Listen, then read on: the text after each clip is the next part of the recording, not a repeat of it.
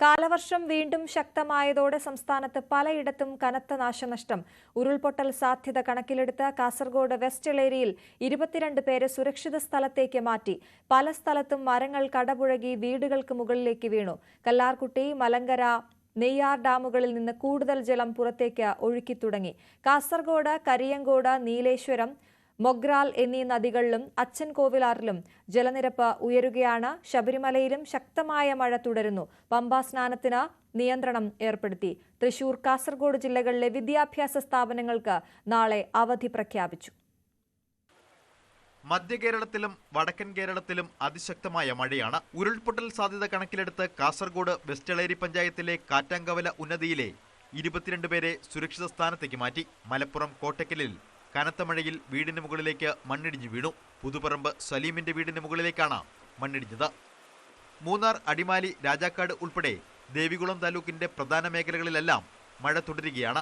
മുതിരപ്പുഴയാറിലും ദേവിയാറിലും നീരൊഴുക്ക് വർദ്ധിച്ചു. കല്ലാർകുട്ടി ഡാമിന്റെ 2 ഷട്ടറുകളും മലങ്കര ഡാമിന്റെ 1 ഷട്ടറും ഉയർത്തി അധിക ജലം പുറത്തേക്കൊഴുക്കി തുടങ്ങി.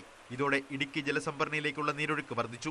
ഇടുക്കി ഡാമിലെ ജലനിരപ്പ് ഇന്ന് 2343.24 അടിയാണ്.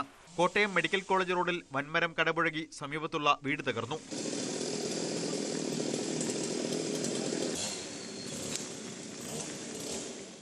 ശക്തമായ കാറ്റിലും മഴയിലും മേവള്ളൂർ പമ്പ് ഹൌസിന് സമീപം തേയത്ത് മധുവിന്റെ കോഴിഫാമിലേക്ക് തേക്ക് മറിഞ്ഞു വീണു. കോഴിഫാമിന്റെ ഒരു വശം പൂർണ്ണമായി നശിച്ചു.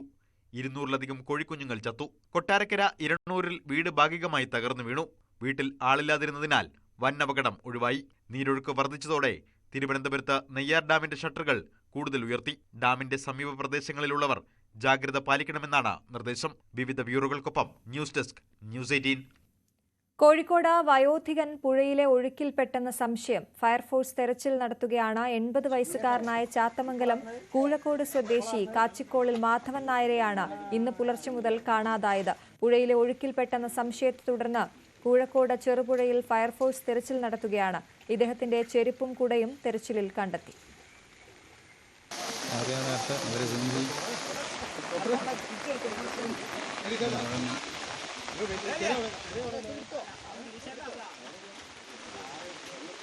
കോട്ടയത്ത് മരം വീണ് തോട്ടം തൊഴിലാളി മരിച്ചു. കോട്ടയം എരുമേലിയിലാണ് സംഭവം. തൊഴിലാളിയായ മുനിയസ്വാമിയാണ് റബ്ബർ മരം വീണ് മരിച്ചത്.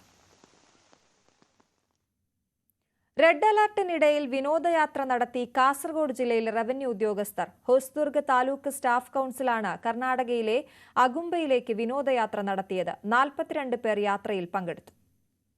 ജില്ലയിൽ തുടർച്ചയായി റെഡ് അലർട്ട് പ്രഖ്യാപിച്ച സാഹചര്യത്തിൽ റവന്യൂ ഉദ്യോഗസ്ഥർ അവരുടെ പരിധിയിൽ തന്നെ ഉണ്ടാകണമെന്നാണ് ജില്ലാ കളക്ടറുടെ നിർദ്ദേശം. എന്നാൽ അത് മറികടന്നാണ് വിനോദയാത്ര. ഹോസ്ദുർഗ് താലൂക്ക് സ്റ്റാഫ് കൌൺസിൽ നേതൃത്വത്തിലാണ് യാത്ര സംഘടിപ്പിച്ചത്. കർണാടകയിലെ അഗുംബയിലേക്കാണ് 42 പേരടങ്ങുന്ന ഉദ്യോഗസ്ഥ സംഘം യാത്ര പുറപ്പെട്ടിരിക്കുന്നത്. Hosdurg tahsildar KV Jayaprasad, deputy tahsildar K Babu, പ്രകൃതി ദുരന്തം സംബന്ധിച്ച് ചുമതലയുള്ള junior superintendent Thulasi Raj, village ഓഫീസർമാർ എന്നിവരടക്കമാണ് സംഘത്തിലുള്ളത്. ഇന്നലെ രാവിലെയാണ് ഇവർ വിനോദയാത്രയ്ക്ക് പുറപ്പെട്ടത്. കാസർഗോഡ് ജില്ലയിൽ മഴ ശക്തമായതോടെ ഏത് അടിയന്തര സാഹചര്യം നേരിടാനും ജില്ലാ ഭരണകൂടം സജ്ജമാണെന്ന് ആവർത്തിച്ച് വ്യക്തമാക്കുമ്പോഴാണ് ഇതിനു ചുമതലയുള്ള പ്രധാനപ്പെട്ട ഓഫീസിലെ മുഴുവൻ ഉദ്യോഗസ്ഥരും വിനോദയാത്രയ്ക്ക് പുറപ്പെട്ടിട്ടുള്ളത്. ഹോസ്ദുർഗ് തഹസിൽദാർ KV ജയപ്രസാദ് 2 ദിവസത്തെ അവധി അപേക്ഷ നൽകിയിട്ടുണ്ടെന്നാണ് ഇത് സംബന്ധിച്ച് ജില്ലാ കലക്ടറുടെ വിശദീകരണം. എന്നാൽ വിനോദയാത്ര സംബന്ധിച്ച് അനുമതി നൽകിയിട്ടില്ലെന്നും ഇവരോട് റിപ്പോർട്ട് തേടിയിട്ടുണ്ടെന്നും ജില്ലാ കലക്ടർ വ്യക്തമാക്കി. ന്യൂസ് 18 കാസർഗോഡ്.